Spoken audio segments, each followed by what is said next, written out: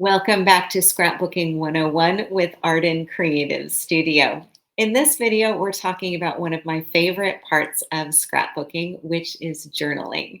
So let's take a look. We've got some tips and ideas for journaling and your scrapbook pages. So the journaling is the writing that you include on your layouts to help tell the story behind your photos. Often, a photo will speak 1,000 words, in which case, maybe all you want to add is the name, date, and place. Other times, you want to include more details to really tell the story behind those pictures. A good place to start is with the 5 W's you may remember from English class. These are who, what, where, when, and why. And then there's also the H of how.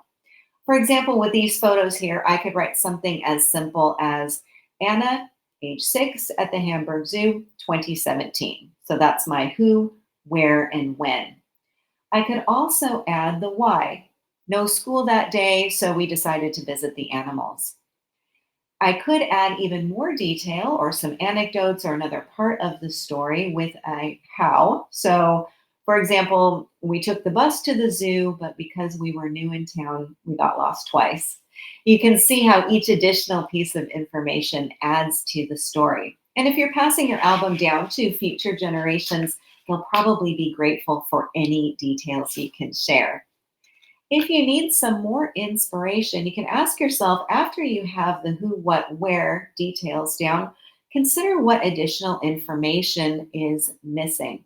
One thing I always keep in mind is that if I were to show my page to an acquaintance, what details would I add verbally? Or what might they ask about?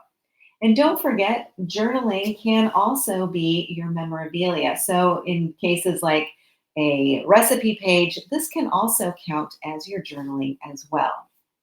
Now, one important thing to keep in mind with journaling is that you do not have to be a great writer. No one is grading you.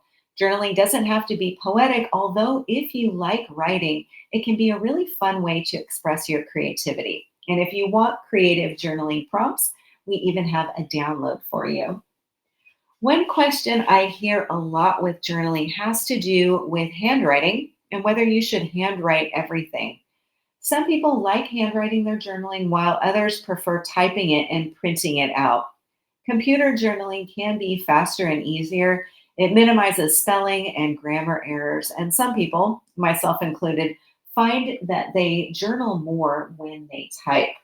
And journaling is also a fun way to experiment with different font sizes, type sizes, and formatting too.